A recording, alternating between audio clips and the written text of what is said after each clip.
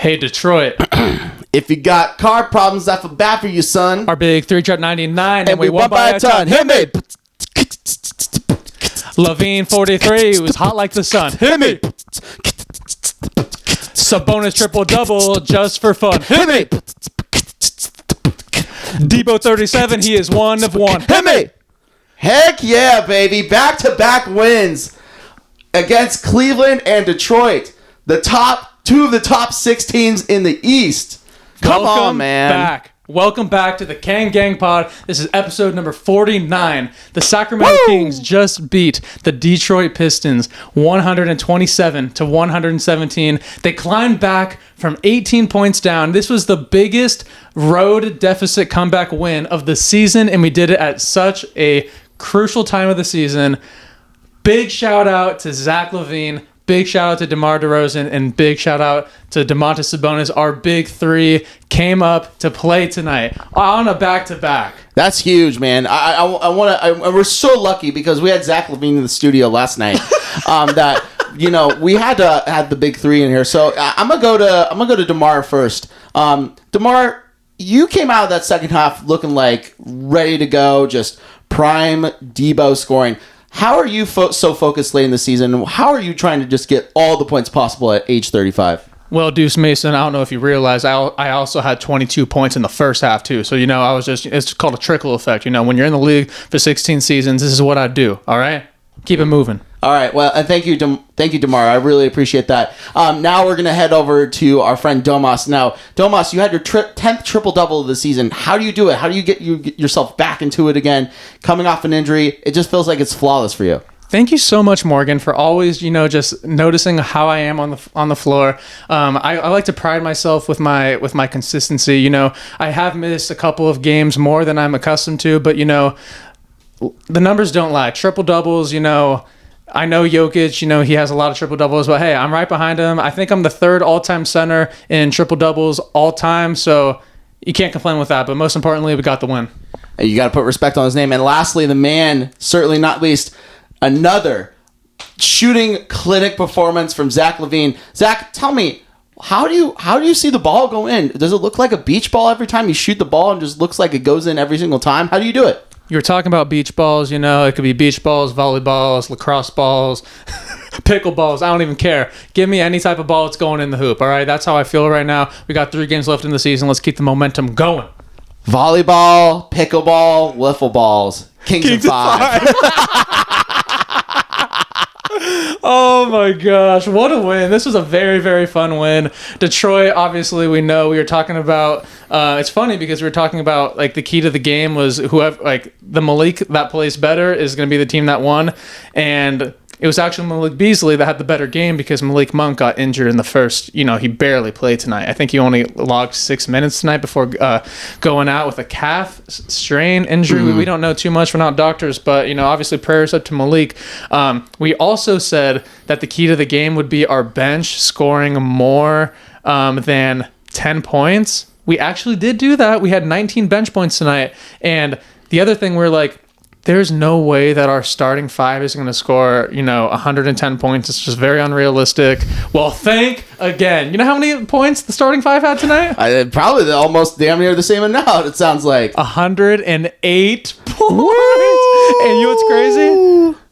Keon only had 2, and Trey Lyles, I didn't even write it down. I think he had 7. That sounds about right. That sounds about right. So it's crazy. No, sorry, he had 6. No, he had 7. 7. Okay. Yeah, he had 7 because the math lines up there, which makes sense. Sorry, yeah, 6 plus 2 is 8. Okay.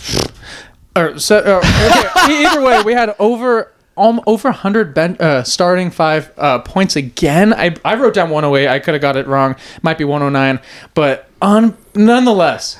Back-to-back games of our starters carrying our team again. Unreal. Listen, man, and it is 108 because 99 plus 9, that makes it 108. So that's good. So you got for some reason I thought it was. It's all good. Listen, it's a Monday. It's a Monday. It's a Monday. It's for us when we're recording. But I want to give a shout out to Jonas Valanciunas. He had a double off the bench in 13 minutes. So fast. Was so efficient. And I mean, I think that was the key to tonight's game was rebounding. We had 50 total rebounds tonight. And Detroit only had 38. Yeah, which was huge. We huge. were talking about how Jalen Duren is like a walking double-double with rebounds, and boy. We neutralized the hell out of him tonight. I don't know. I saw a ghost out there. Yeah. I mean, did he like fall to injury? Because I didn't see him and he didn't close the game. I don't know. Or maybe Bickerstaff didn't want to go with him down the road. I don't know. But I saw a ghost. Out there tonight. But yeah, we out-rebounded them by 12, and I think we had 18 offensive rebounds. This is the type of basketball we've been waiting to see. It's crazy that it's coming at this point in the season, and we're in officially the final week of the NBA season, which is another crazy thing. This season flew by, but going from playing the Pistons earlier in December to playing them now, it looked like it was a completely different story because we were dominating them the whole game in December, and then we fought at the end, and then Detroit was dominating us the majority of the first half, and then we climbed back. We outscored them 35-22 in the third quarter. We did that in our last night's game too.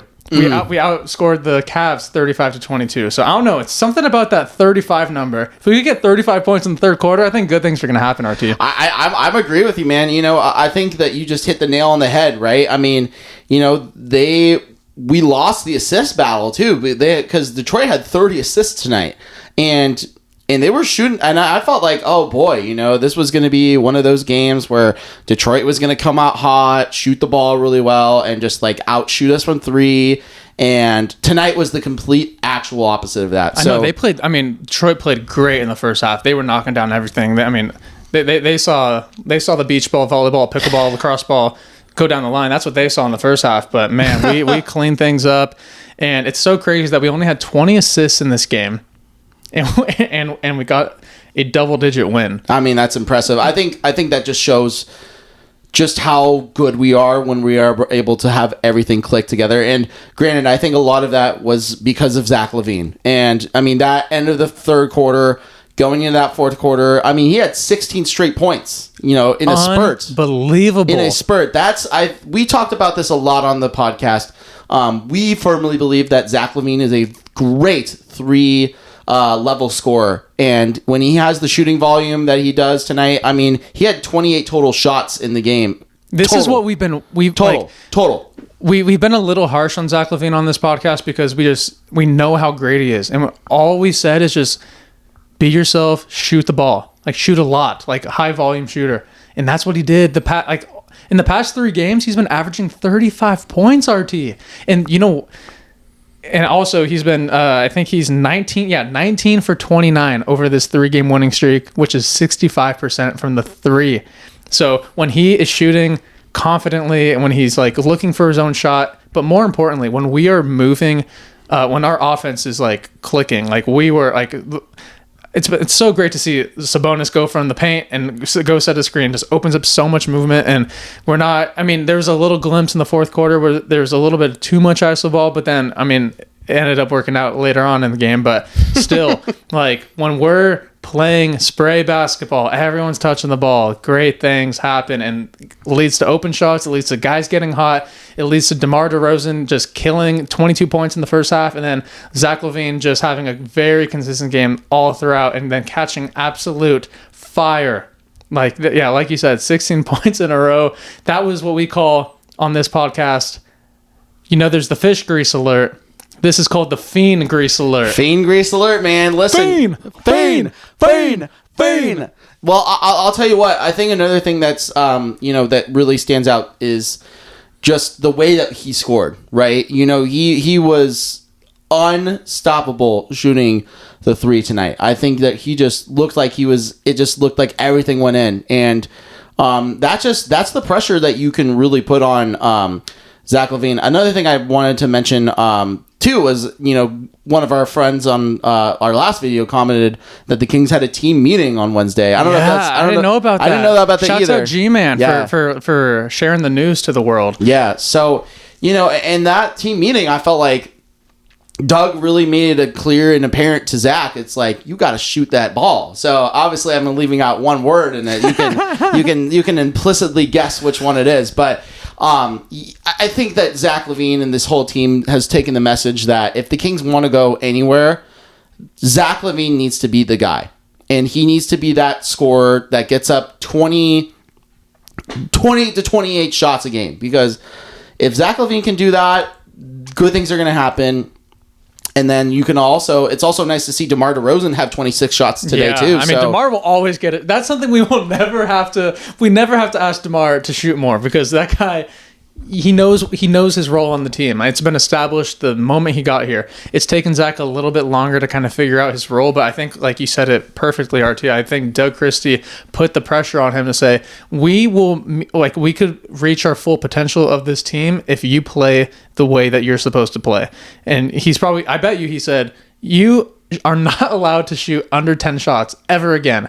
Because when he shoots under 10, we lose. I think we're 0-4 in games that he shoots under 10. And that's when we've been the most criticized, or that's the most we've criticized Zach Lavine, is when, sorry, Zach, I'm sorry that we're talking about you like this, but we've criticized you when you've shot under 10 shots. And now look how great you are when you shoot the ball a lot. Same with you, Debo, and then Sabonis. You just do a little bit of everything. I mean, yeah, that's his job is just getting those guys open. Like, yes, that's the whole thing. Is the engine starts with Sabonis, and then that's the whole goal is getting those guys open. Because, and then you have Keon playing defense. Obviously he only had 2 points, but he was there. He was there for boards. He looked aggressive. There was a moment where he was grabbing an offensive rebound. It looked like he was playing in the college NCAA championship with like those tiny guards, like getting in there and sneakily getting rebounds. And he just had a cool 3 steals, classic Keon. Yeah. I mean, something like, he could do in his sleep. But like those are the type of plays that help win games. Speaking of sneaky performances, Devin Carter. He is the type of guy that could just go. He kind of has like a little bit of a Zach Lavine gene in him. Not like all the chromosomes, but maybe one chromosome. Yeah, maybe. Because throwback to the Boston Celtics game. Remember when he scored like 11 in a row? Tonight he had 7 in a row, and I'm just like, dude, this is the type of spark that could help elevate a team so well. We've seen it before, and we've seen it again at a crucial time, especially with, Malik out, and, our bench was pretty depleted, and no Keegan again, and like Devin Carter was able to just huge impact plays. And that's why I was talking to my dad about this, and he was saying like getting guys on your team that just, they just know how to impact the team. Like, it doesn't show up in the stat sheet. You don't have the biggest name like Jake LaRavia or Devin Carter, but those guys just do what the team needs. And Devin Carter did that tonight. I mean, you nailed it perfectly, because he tied with DeMar DeRozan tonight for the highest plus minus on the team. And I know you're shocked. Wait, so our Kang Gang pod plus minus merchant of the game was Devin Carter and DeMar DeRozan. They both had plus 15. The co-merchants, of tonight's pod. The co-merchants, man, the co-merchants. But I think that you nailed it on the head, and I think that it shows in a lot of the advanced stats too, because like I said, plus 15 in 22 minutes is not something you normally see every day, and that's spectacular. And it's spectacular. I think that really shows to how much Devin Carter can really, really give a catapult to this team, be able to do the right things, and just, I think especially with Malik Monk probably might miss time. We're not like 100% sure what it will most likely be. Devin Carter could be that guy in the last 3 games where he can really step up and be that 6-man scorer for that team. Not just the scoring. I mean, but just impact in general. Impact in general. Yeah. Like the fact that he's the only guy outside of Keon that picks up full court. He does that on a consistent basis. I love that so much. I mean, like when the Pacers were doing that in the playoffs last year, they were the only team that was picking up full court every possession, and then Devin Carter's the guy that's willing to do that. I mean, because he knows he's only going to play 15 to 20 minutes maybe, like at max. So he utilizes those minutes, and he shows that he's going to help impact this team. I want to say this because I think this is crazy. So people are calling Zach Lavine like the Detroit Pistons killer. I bet Detroit Pistons podcasts out there might have Zach Lavine as their Mount Rushmore of Pistons killers, because last season in 2023, Zach Lavine had his career high with 51 points, and then he follows it up the following year with a 43-point performance, 8 of 11 from the 3-point line. Checks out. I don't know what it is about Detroit and Zach Lavine. I don't know if there's any like draft history with the two, but hey, Zach, he comes to play in Detroit. It's crazy. So that's awesome. But another thing that stood out to me was in the post game, DeMar DeRozan was asked about just like their style of play right now, and he's like, well, we're treating every game like a playoff game right now. And I think that's so huge because it shows like these past 3 games, they have not, given up at all. They've just played complete basketball. You could tell a complete shift in the offensive scheme. I mean, like just the way our offense is moving right now, it's great. But yeah, I think that could definitely carry on to the final remaining 3 games that are all at home. So against all 3 tough teams. So yeah, right, right. Well, the good news is though, you did speak on our last game though. This helps us out a lot because we now have a 3.5 game cushion over Phoenix, and if Phoenix loses tomorrow to Golden State, that pretty much locks us in for the play-in. Yeah, we clinch. So we clinched the play-in. So I think after tonight, and assuming that things go well tomorrow, I think we're gonna see a play-in opportunity, and so that could also be another win for us. That gets us, to where we need to be, right at that 40 win mark, and because I think Phoenix will most likely rest their guys. We'll probably rest 2 maybe, but we'll see how that game goes. For the final game? Yeah, for the final game. Because it all depends because we want to get that 9th seed. Right. So, Dallas, they still, I was looking at their schedule today. They have the Lakers, obviously, biggest game of the entire NBA season is on Wednesday. Lakers versus Mavericks. So that's going to be a fun game to watch. But then also, they have a game against Toronto. So that, if you just look at it, from afar, you would think, Dallas probably has that game. So then they might, their final game, I forgot who they're playing. They play Memphis. Memphis. Ooh, yeah. See, so if Dallas could maybe go 1 for 3 and we go... Oh, like 1 and 2, right?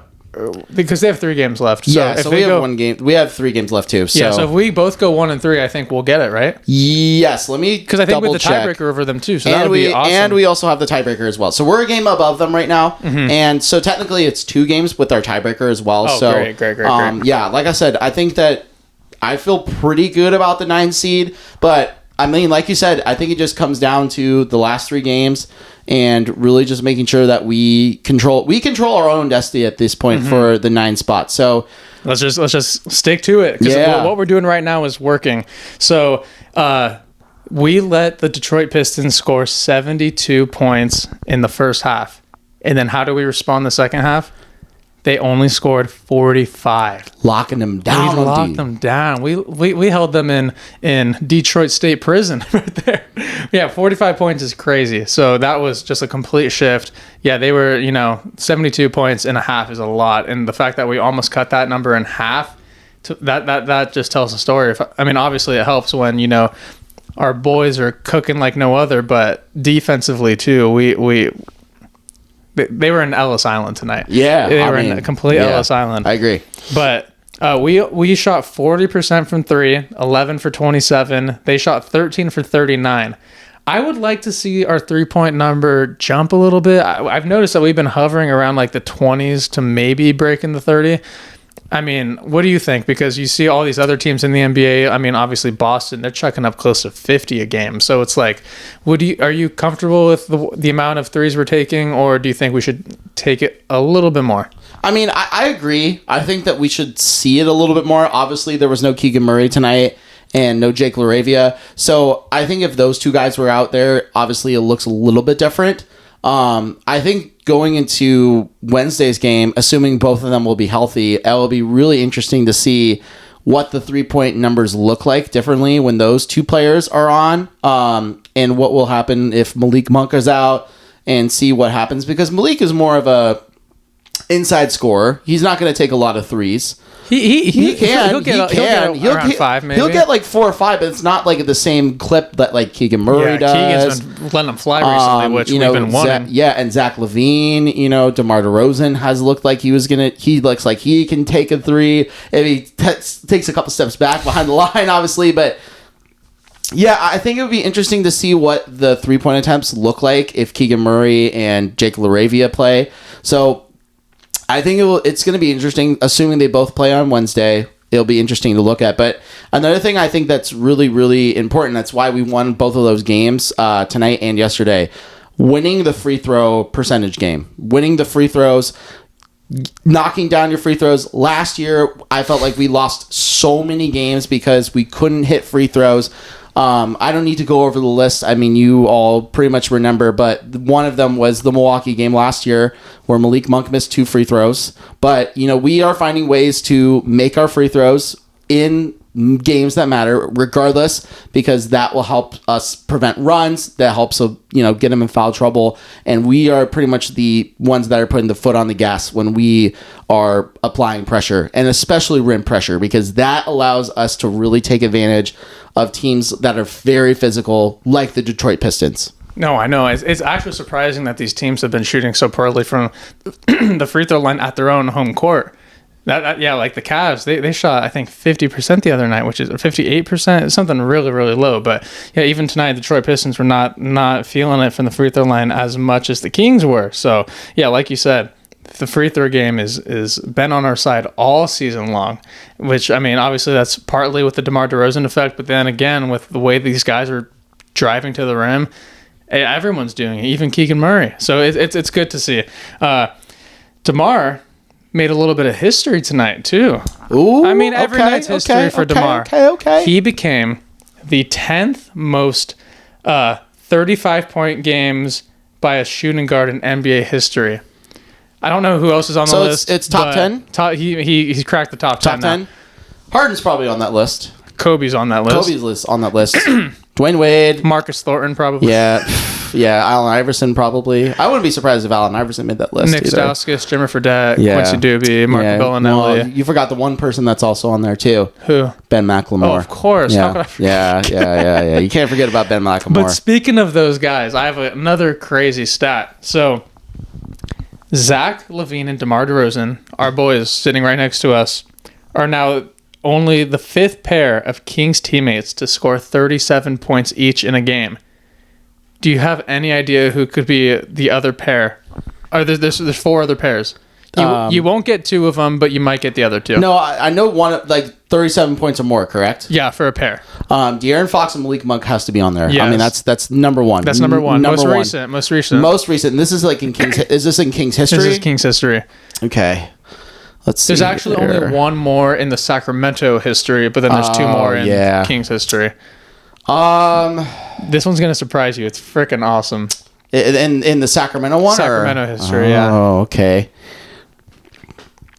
All right, give me like a decade. It was in the 2010s. Okay, 2010s. Okay, so this helps. If RT gets this, guys, oh my god, dude, why do I have a weird feeling?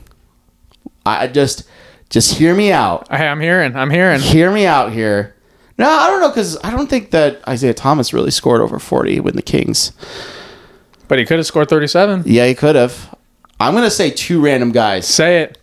I'm gonna go with Isaiah Thomas. Okay. And Marcus Thornton. That's just random guess off the dome. Like, that is a random off the dome guess. Did you look at my paper? No, I don't think that's it. That is it. No way! Isaiah Thomas and Marcus Thornton in 2014. Shut up. Yes, Shut up. I swear to God. No, you got to show me the paper right now. Like, I got to look at this. Right here. Isaiah Thomas and Marcus Thornton. Oh my God. You're a genius. God, you're a genius, RT. Oh my God. We got to get this guy on Sports Kings Trivia Jeopardy. Bruh. Wheel of Fortune. Bruh. RT. God, that's crazy. The other 2 were Archibald and Van Arsdale in 1972, and then Oscar Robertson and Twyman in 1966.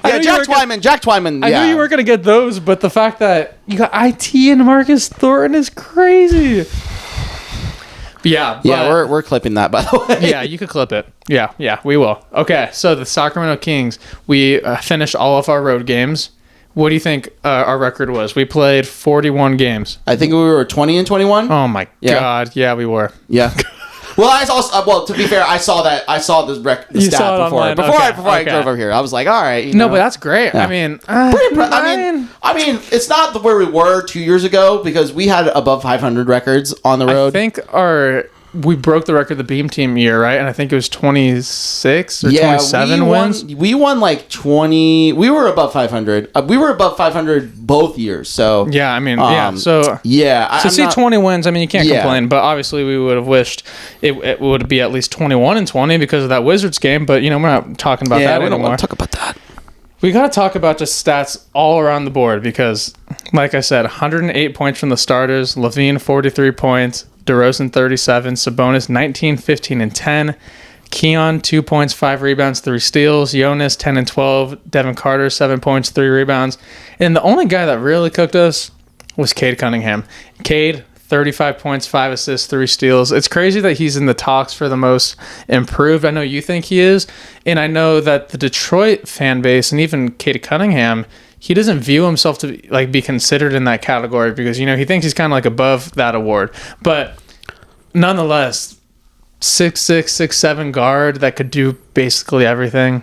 He showed out tonight. I mean, and the one thing I do like about Cade's game is that he's very nonchalant. He doesn't talk to anyone really. He doesn't, I think he's the straight-faced assassin, and I think that's for Detroit moving forward. I mean, having that guy locked up on your team as your number one option, as your superstar.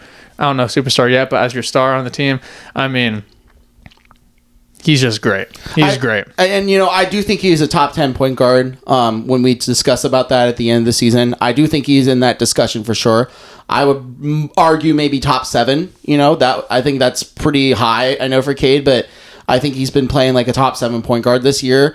Just what he's done from an impact. And I think a lot of NBA media most likely agrees with that statement too, that it should be given to a player that has really, really improved. I think when you look at the most improved player, the one person I think that you can make an argument for was Pascal Siakam back in 2019, where he was a guy that came out of nowhere and just developed and blossomed into that second option for the Raptors. And so, I do think that should be the criteria moving forward, where it's not this fringe all-star making he's he's the number one overall pick. Going into it, it was and it was the same thing with Ja Morant 3 years ago. That's what ruined it. Was Ja getting it because remember he gave it to Desmond Bane after? Yeah, he gave it to Desmond Bane. Yeah, so it's he didn't even want it because it's he's above that award. I think the NBA. I mean, I heard this on. I think it was Alan Stiles was talking about it today, and he was talking about how NBA should make a breakout award, a breakout season award rather than most improved, or maybe keep the most improved and give it to more of those guys that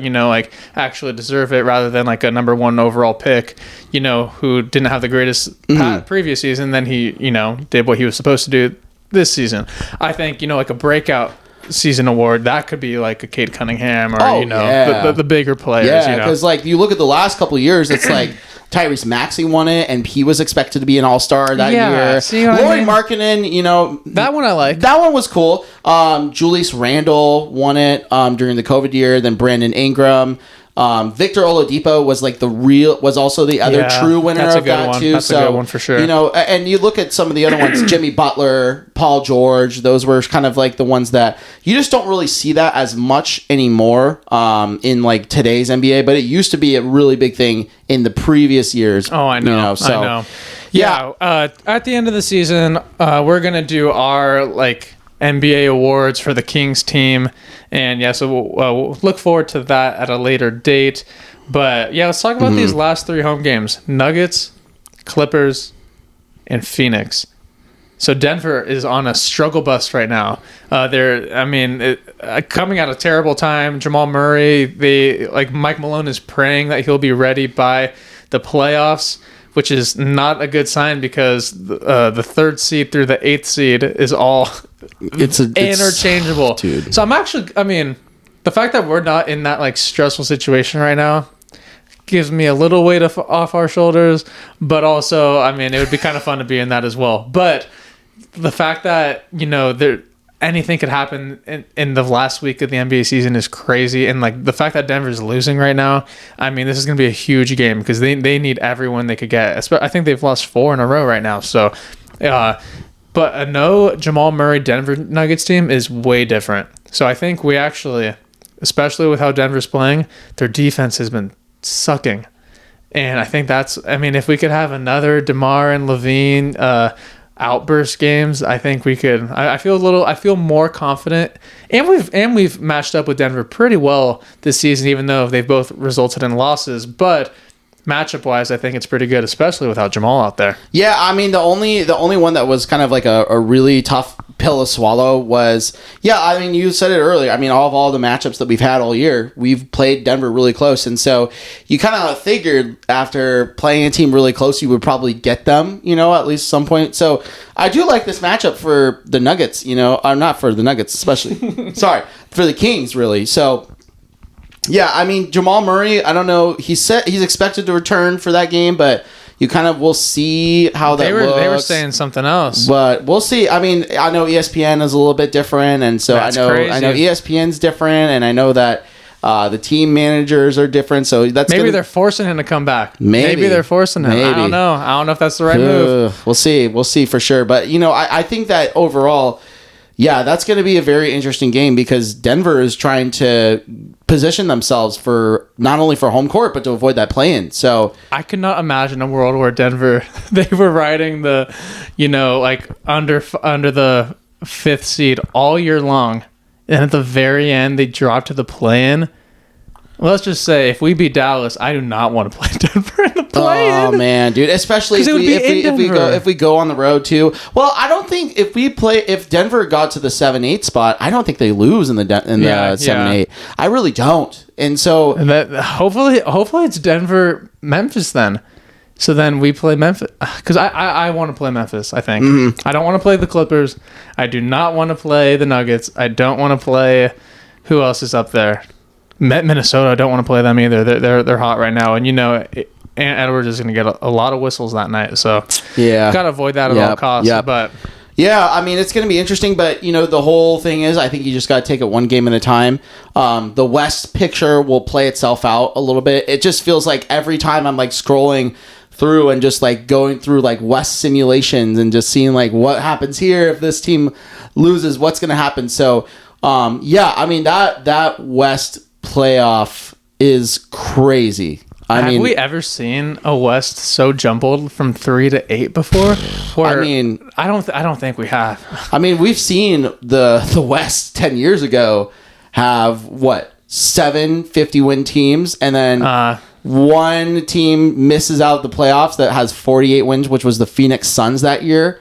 So that's the only time. So that would have been even more chaotic. Yeah. But at least in recent time, it just hasn't happened. So that's going to be something to keep your eye on. But yeah, I feel comfortable. I think going against Denver. Obviously, it's not going to be easy by any means, but I really like the way we're playing. 39-40 on the year. Let's get our 40th win against Denver. Why not? Oh God. So last night. White Lotus. Damn, man. White Lotus. I almost kind of want to save White Lotus towards the end because something also happened tonight.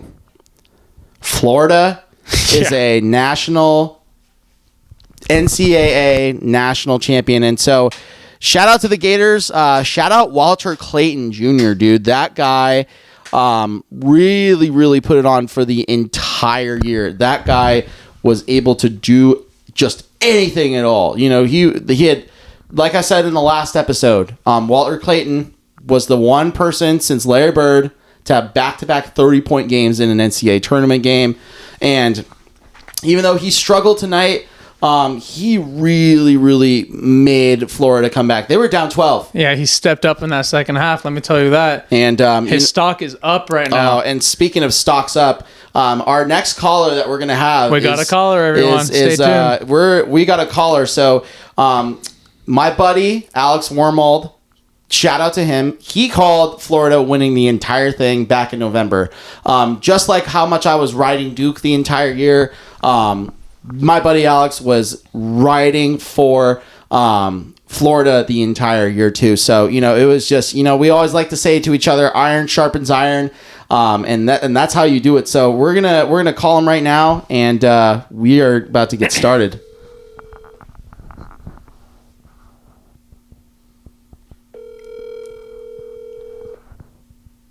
Will he answer? Yeah, that's the real question. We'll find out. How's it going? Alex Warmold, Rap God, you are on the Kang Gang Pod. We are recording live. You have the floor. We want to talk to you about your Florida Gators pick, number 1. You did it, and we also want to talk to you about some Sacramento Kangs. Let's start with the Kangs, because they played before the Florida game. How did you feel about this Detroit win? We're on a 3-game win streak, 1 game below 500 on the year. Talk to me about how you're currently feeling about this team with 3 games left in the season, Rap God. Talk to me. Well, first of all, I want to say thank you guys for having me on. Big fan of the show. You guys have been crushing it all year. I will say the Kings, every time I want to quit this team, they bring me back in, After that Wizards loss, it doesn't get much worse. And then here we go, beat the best team in the league in Cleveland, beat the Pistons tonight. And I'm actually going to be boots on the ground for Wednesday's game against Denver. Let's go. That's what we need. We need you in the arena. We need you in the arena. I don't know how it's happening, but my coworker says he got a suite and he got a ticket for me. So I'm going to be in the luxury boxes. And you're going to be seeing a beam. You're going to be seeing a beam on Wednesday night. That's for sure. Are you going to be going to the A's game beforehand? The doubleheader? I doubt it. Hey, but that's a good deal, though.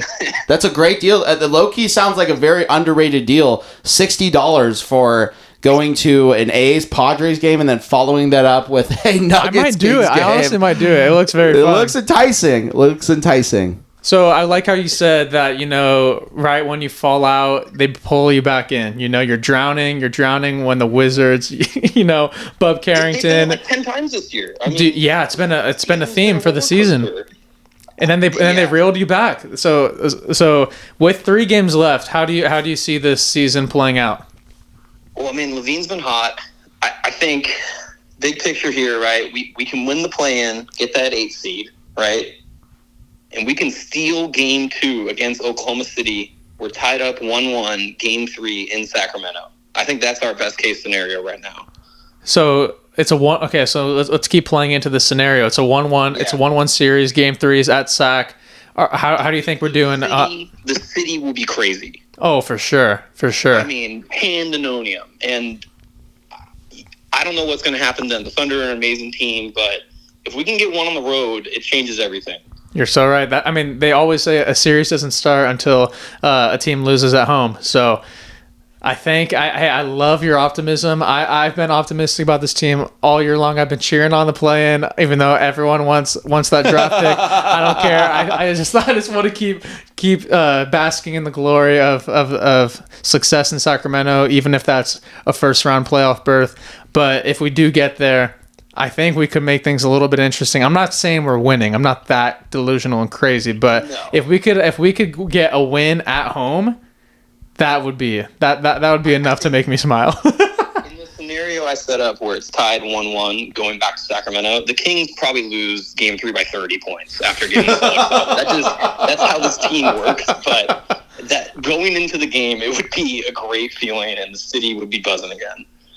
And then maybe that game 4, maybe we squeak out a win by 2 points, and then it could be a back and forth series from there. But who knows? So you do think that there is a possibility that we will win both playing games? 100%, man. I'm not really scared of the Timberwolves, I'm for sure not. I agree. I agree, Alex. I agree. I agree. I don't know. Part of me was thinking to be the Warriors matching up in the play-in again, just because we seem destined to play each other all the time. But I think they're way up. Well, the whole West is scrambled right now, so I don't know who's going to be in the 7-8 line. Yeah, we're not going to know until maybe Sunday. Yeah, it's going to be a crazy week. But speaking of crazy weeks, you did something. It's hard to do, Alex. They call it March Madness for a reason. Picking the winner is a tough task, and you did it. Talk to us about your Florida Gators. Talk about Mr. I keep forgetting his name. Walter Clayton Jr. Walter Clayton Jr. I almost said Clayton Walter Jr. Walton Clayton Jr. Talk to us about the Gators. Talk to us about your March Madness just how you predicted this. I know you've been following college basketball heavily your whole life, but just talk about that. Yep, and we'll do it on here too. But I just want to first start out by saying, best coaches in America, Chris Jones, Brian Katz, Kelvin Sampson. So much respect for Kelvin Sampson and that Houston Cougars squad. I mean, they were phenomenal all tournament, and that's a really shitty way to lose at the end there. I mean, that's crushing. So props to Houston. But, yeah, I mean, Florida, they had 3 amazing guards. Walter Clayton Jr. obviously is a household name. But, Elijah Martin, he was on the FAU squad that made the Final Four 2 years ago. And Will Richards has been a bucket since I've been seeing him in the SEC. Well, he's a junior now. And they got a couple good big men, Alex Condon, Thomas Ha, and Todd Golden, man, the coach. He's only 39 years old. Yeah, he's a good-looking guy. He's a good-looking guy, 39. Yeah, I mean, I do not Google some of the allegations against him. But hey, man, the next champion now. Yikes! Yeah, yikes! Damn. I mean, he preaches, aggressive, harassing defense, and he practices that off the court. Jeez, man. My God. Woo. But hey, listen, you know what? All that pays off when you win a national championship, though, right? So that's about now, Yeah, well, Florida has been their first national championship since they've won back-to-back, and you want to talk about a college, just a college, some of the best college sports up there. Florida's got to be up there for sure. They've dominated, in football and in basketball for spurts. And when you win national championships at any other, in football and basketball, you're cemented for sure. So that's a very well historic program. You also were very high on them at the beginning of the year, and yeah. And so, based on that, I know you talked a little bit about just kind of the logic behind that, but what did you see going into the beginning of the year that really, really brought you into Florida? Yeah, I mean, I think last year, they were poised for a run in March last year. Like, they were picking up. The SEC this year was obviously historic, but they were a very good conference last year, and they got hot at the end there. Ended up losing to, I think, Colorado in the first round. Game, buzzer beater. But, I mean, that's how March works, man. I mean, they could have very easily lost to UConn in the second round, and no one would be talking about them. Right. Oh, yeah. I mean, and then Lord knows, Texas Tech, they were down, 10 with a minute left? Like, that's just how this tournament goes. You catch breaks, and... Yeah. Alex, I wanted to ask you, because you obviously know so much about college. If the Sacramento Kings do end up getting if that pick does fall to Sacramento and we do get it, are there any particular guys that you have your eye on that you think the Kings should go after? All right, RT, I'm going to butcher this pronunciation, man, but Casper Janikounis from Illinois. Illinois, yep. I think he's a bigger point guard. He's a pro, man. I mean, he's a European kid who's been playing in pro leagues for a while, came over for college his freshman year, crushed it. And guess what? All of a sudden, we need a point guard. Which I was just about to say. Oh yeah. It's so funny how we've just been drafting guard after guard after guard every single season, and now I didn't think it'd be a need for us. I know. So you think we might have to go the point guard route in the draft? Is that what you're thinking? It's a good draft. I mean, obviously Cooper Flag's the prize, and you got the Rutgers kids. I know RT's big on Dylan Harper. Yep, I like Dylan Harper. He's really good. But I mean, Chris, best case scenario, the Kings get the 12th pick, or I guess the lottery could shoot us up if we get. It is possible. We could. Have another Keegan Murray situation happen. But, yeah, there's a million situations that could happen. It's rare. It's not likely, but anything could happen that night. Yeah, I know it's a pretty good class, and Monty has his flaws, but he's done a good job drafting. 1,000%. That's been one of his strongest suits. But yeah, it's kind of tough to talk about draft prospects when we have no idea if we're going to have a pick even. Jeez. Yeah, you're right. So, like I said, it's going to really depend on how the rest of the season goes before we can really assume that if we're going to have a pick or not. But we will have at least a second-round pick. Bare minimum, too, because we'll have the Chicago Bulls' own pick, and then I don't know what our other second-round pick, if it's our own, or if that goes... RT, that brings me a good question. I got a question for you, RT. Yeah. With watching, Walter Clayton Jr. put on this awesome March, his draft stock has kind of come into question, which wasn't really talked about a lot before the tournament started. it's funny watching these games. You're like, how could he not be a top 5 pick? But I mean, the NBA and much of those online, mock draft nerds have him going like late first, early second, kind of like a Jalen Brunson deal. Right. So do you think he could shoot up to the lottery? I mean, well, I'll tell you this. I think that a lot of I think when you have an outstanding March Madness like Walter Clayton did, it's you assume that his stock would go up. But I do want to take a couple of comparisons because you did mention Jalen Brunson. I think another guy that really, really climbed up draft boards was Christian Brown. And he really came out of nowhere in that March Madness. I mean, they won the national championship. And then, he gets drafted to Denver right around that same range where I think Walter Clayton could possibly go, is like a late first round pick in the early 20s to late teens and make a contribution to the Denver Nuggets of winning a championship. So I wouldn't be surprised if a team like, let's say Milwaukee is lucky to get them. I think Milwaukee would have their eyes completely on Walter Clayton Jr. So I think it depends on the situation, obviously. And if the situation is great, then that's a thing that can really, that's a rookie that can make an impact that can win you a championship. Yeah, and similar to just like Christian Braun, Dante DiVincenzo. I mean, he was coming off the bench for that Villanova squad. Exactly.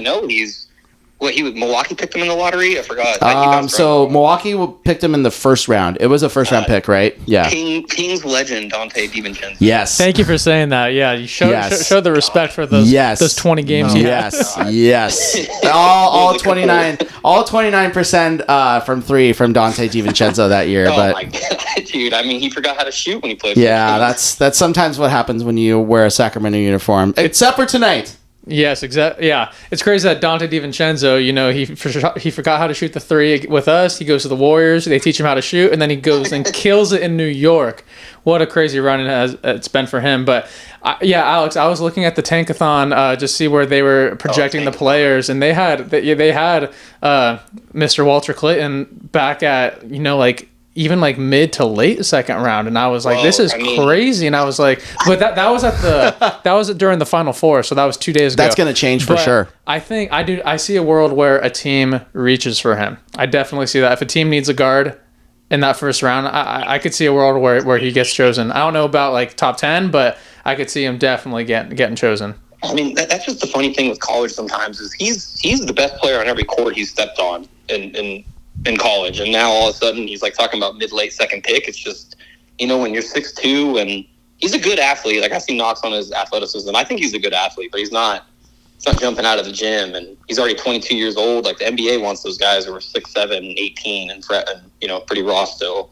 Yeah, but Monty McNair loves choosing guys that have 4 years of college experience. Devin Carter, he loves a little championship experience too. He does. He does. I can see a world where Monty McNair finds a way to get him in the second round. Trade some picks. This call, so this is I'm kind of liking this. Hey, we'll do this more often with you. We just want to say we appreciate you hopping on. Is there any last remarks you'd like to give the viewers of the Kang Gang Pod? No, guys, just it's awesome to be on. Big fan of the show. Light the beam, and yeah, guys, anytime you want to talk college prospects this offseason, I love that stuff. We're gonna have you in studio. Yeah, that's the plan. In studio over the summer. That's the plan. We're gonna be be discussing. I'm looking forward to that, guys. We can't wait. Thank you again for hopping on. We love you. All right, shout out. Love you guys. Hey, I love you, man. Iron sharpens iron, baby. Chomp, chomp. Chomp, chomp, baby. Chomp, chomp. Peace out. Chomp, chomp. What a great call, Mr. Alex Great Warmold. call, man. He's a big Kings fan. We played high school basketball together. He's grew up with RT elementary school best friend. He's a great guy. I'm so glad to have him on the pod. But we'll definitely have him in person in the summer to talk about the summer prospects. Yeah, that'll be just fun. The prospect profile, man. That's going to be a fun series that we're going to be doing for sure. So because he's our college scout. Oh yeah, he knows. I mean, absolutely. Him and the local guy are the two guys that I will go to for college information. Absolutely. Those are the two guys. I agree. I mean, those two guys are perfect. But enough about college. It's time to talk about White Lotus. If you made it this far, we have officially watched the season finale. But wait, we have to say this. If you have not watched it yet, we're going to talk about some spoilers. So stop watching the pod right now. Click off. Subscribe and like the video. Like the video, subscribe. and then click off. Yep. Hashtag White Lotus. Yes. If you have watched White Lotus finale, comment hashtag White Lotus with your thoughts about this season, and make sure though you do say spoiler and then put your comment down below, so that way we can avoid as all spoilers as possible. Yeah, because we're going to talk about them right now, because what a finale, a crazy build up. Mike White, the creator, the writer, does it again. Unbelievable. He goes 3 for 3. Yeah. He goes 3 for 3. I mean, I don't know if you saw this, but Steve Kerr was talking about how they lost to the Rockets in the post game, and he's like, you know what? I'm just going to go home, watch the White Lotus, and then I'm going to worry about it tomorrow. And he understands about three-peats. He understands about three-peats. He knows a thing or two about some three-peats, but that was basically his game 7 for White Lotus. Yeah, I mean, you want to talk about, the coconut, being off too. I mean, that's also kind of a big thing that was stuff about that. Oh yes, the coconut. Oh gosh, the coconut milk. It was a great episode. Yeah, the coconut milk was off. Great episode. I love the way the show does such a good way of like the storytelling with, like the 3 kids right as they arrive on the island. It's like symbolism of the 3 monkeys of like see no evil, speak no evil, see no evil. Yep. And that's the way, like, there's headphones on Piper, there's glasses on, I forgot who and who, but I think it was Saxon or Lachlan. Yeah. But I mean, it's just crazy how like everything ties together. The symbolism in the show is crazy. Just the way it was written, it was incredible. I loved the show. I was very excited to watch it after we recorded the pod yesterday. But yeah, I mean, superb ending, I think. I think I predicted 4 deaths, and there were 5. There were 5 deaths that that happened. I was close. Man, Chelsea. Chelsea was such a great character. Yeah, that was my favorite character right there. That was tough, and I talked about it before. I think going in off camera, we discussed like what was going to happen. I just told Christo, I'm like, I have a gut feeling that Chelsea's going to get caught in the crossfire. Yeah, we were talking about that. Yeah, that's exactly what happened. It was Rick killed apparently his dad, which I don't know if that's 100% true or not, but it is. It is. You know what's crazy? It's his whole life. He felt like a big part of his life was taken away from this man that he thought killed his dad, and then he ends up being the one that he resented the most. Mm-hmm. So just to talk about the full circle, I was like, damn, that's deep. That's tough. And then the fact that, Chelsea kept saying bad things come in threes, don't do anything stupid. We're yin and yang. If things are bad things that happen to you, they'll happen to me. So she was just like saying all these things because, she was very spiritual. She was very, into all of that type of stuff in the show. And then it all came to fruition in a dramatic fashion at the very end with them laying. I don't know if you noticed this, but they were laying in the water. Yep. She was face down. He was face up. Yeah, it's kind of like the yin and yang. Yeah, man. Just the symbolism is nuts, dude. There's so many different parts. And then the fact that, the dad, he's the only one that will know that he tried to kill his kids. Like they will never know that he tried to do that. His whole family. He tried to poison all of them. And then the one person he didn't want to save was his youngest son, who almost died. And then when he was dying, it showed the flashbacks of the conversation of that the dad had with the monk, saying how when you die, you go to the water, and you see Lachlan like drowning in the water, and you're just like, dude. Yeah, they tie it all together in the end, and then like you get to see and then Belinda. Yeah, Belinda was kind of the wild, and then you tie it from like previous seasons too. So like, and you want to talk about the dispute with Belinda and Greg. Zion, Belinda's son comes in, tries to negotiate. Zion pulled a Rich Paul. He did, man, dude. Like Zion was Rich Paul. Dude. Yeah, I know you're not the biggest fan of Rich Paul, but you gotta give him his flowers because you have to. It was funny because you were like going in, you're like, there's no way that she's gonna want more money, and I was like, I don't know, man. If I'm Zion, I'm asking more because like RT knew how to get the most money out of him. And you think about it, because like Greg assumed all of Tanya's money.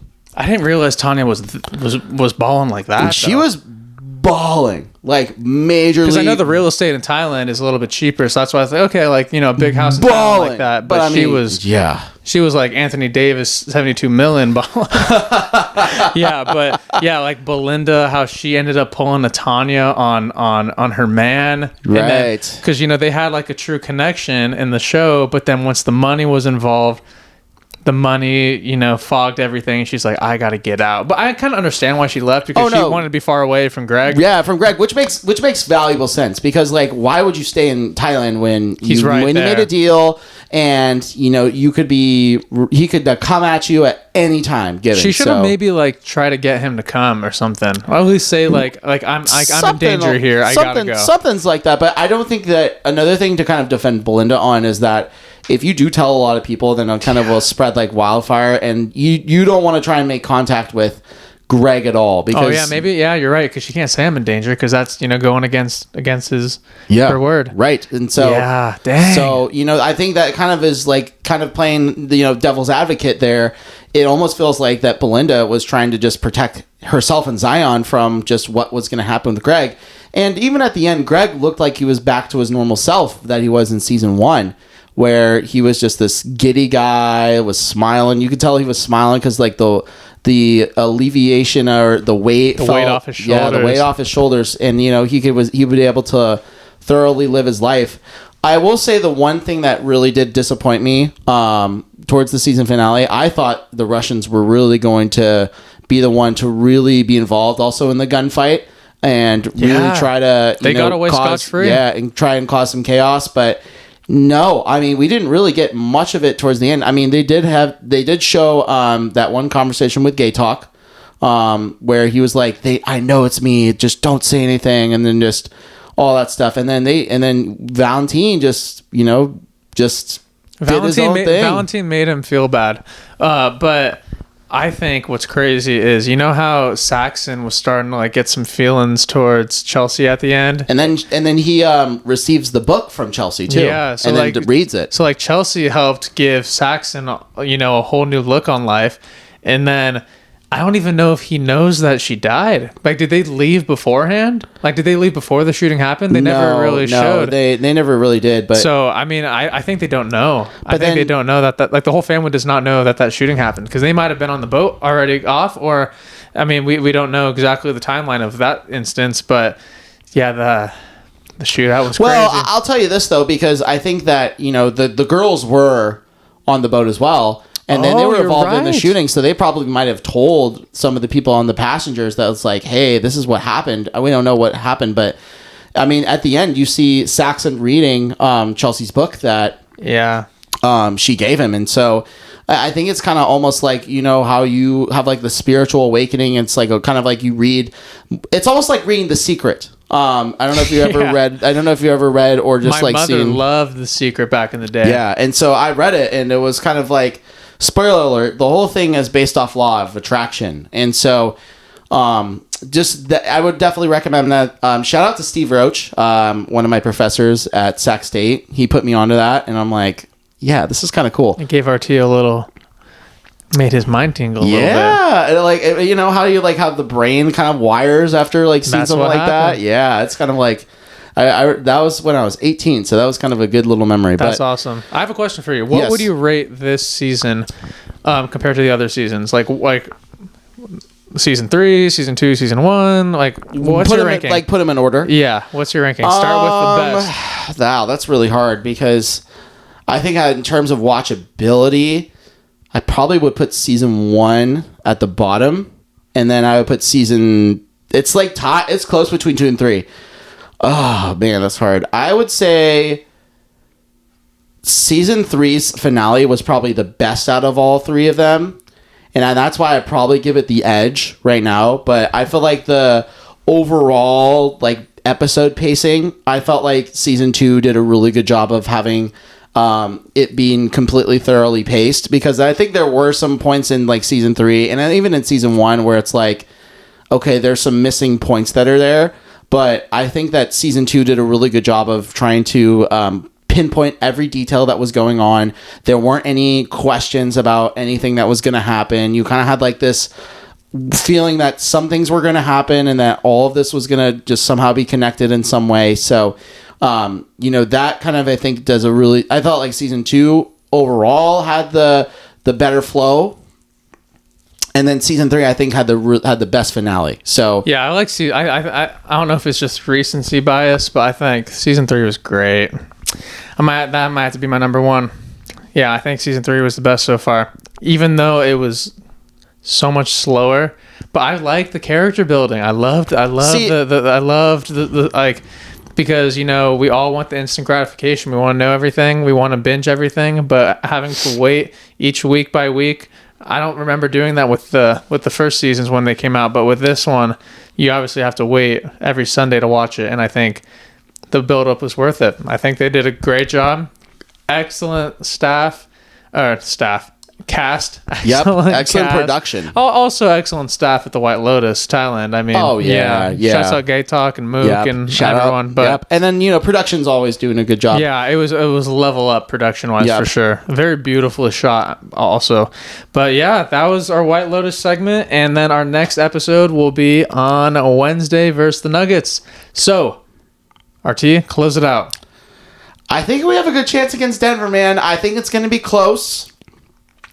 I feel like we're going to squeak this one out at home. Give the fans a little beam at home. So, and then you have a message to Jokic? I'll give him a message first. Hey, man. Hey, have fun on your horses. Yeah, because we're trotting in for that W.